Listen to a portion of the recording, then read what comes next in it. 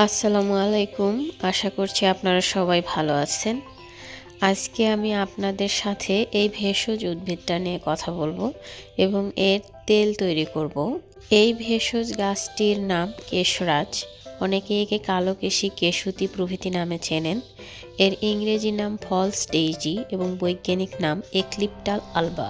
কথিত আছে যে এটি চুলের জন্য খুবই উপকারী, জন্য এর নাম কেশরাজ। পুরো গাছটাই ঔষধি হিসেবে ব্যবহার করা হয়। এর পাতা বেটে কেটে যাওয়া স্থানে লাগালে সাথে সাথে রক্ত পড়া বন্ধ হয়। কেশরাজ এর কয়েকটি পাতা বেটে খেলে কৃমির উপদ্রব কমে যায়। কেশরাজের পাতার রস ঘরের চারপাশে স্প্রে করলে মশার উপদ্রব কমে। নিয়মিত 2 চামচ পরিমাণ কেশরাজের রস সেবন করলে ডায়াবেটিস নিয়ন্ত্রণে থাকে। কেশরাজ লিভার অ্যাবসেস, লিভার সিরোসিস, লিভারের প্রদাহ, জন্ডিস দূর করতে সাহায্য করে। এছাড়া কচি কেশরাজের ভাজি রান্না করে খেলে চুলকানি, অ্যালার্জি প্রভৃতি দূর হয়, যদিও সেটি খেতে ততটা সুস্বাদু নয়। চুলের যে কোনো সমস্যার সমাধানে কেশরাজ বেশ কার্যকরী। কেশরাজের পাতা বেটে চুলে লাগালে ঘন কালো ও মসৃণ হয় এবং চুল পড়া কমে। আমি আজকে কেশরাজ দিয়ে তেল তৈরি করেছি। শীতকাল চলে আসায় গাছগুলোর মধ্যে একটা মরা মরা ভাব চলে এসেছে। এর আগে আমি একদিন মাথায় দেওয়ার জন্য তুলেছিলাম, তখন এরকম দেখতে অনেক সুন্দর ছিল, তাজা ছিল। যাই হোক, তারপরও তুললাম। তোলার পর গাছের নরম অংশসহ পাতাগুলো বেছে ভালোভাবে ধুয়ে নিতে হবে। এই তেলটি কিন্তু চুলের গোড়া মজবুত করে এবং চুল পড়া কমায়। সবচেয়ে বড় কথা, এটি মাথা ঠান্ডা রাখে। বর্তমান জামানায় আমরা অনেক দুশ্চিন্তায় থাকি, মাথা গরম হয়ে যায়, এক্ষেত্রে এই তেলটি বেশ উপকারী।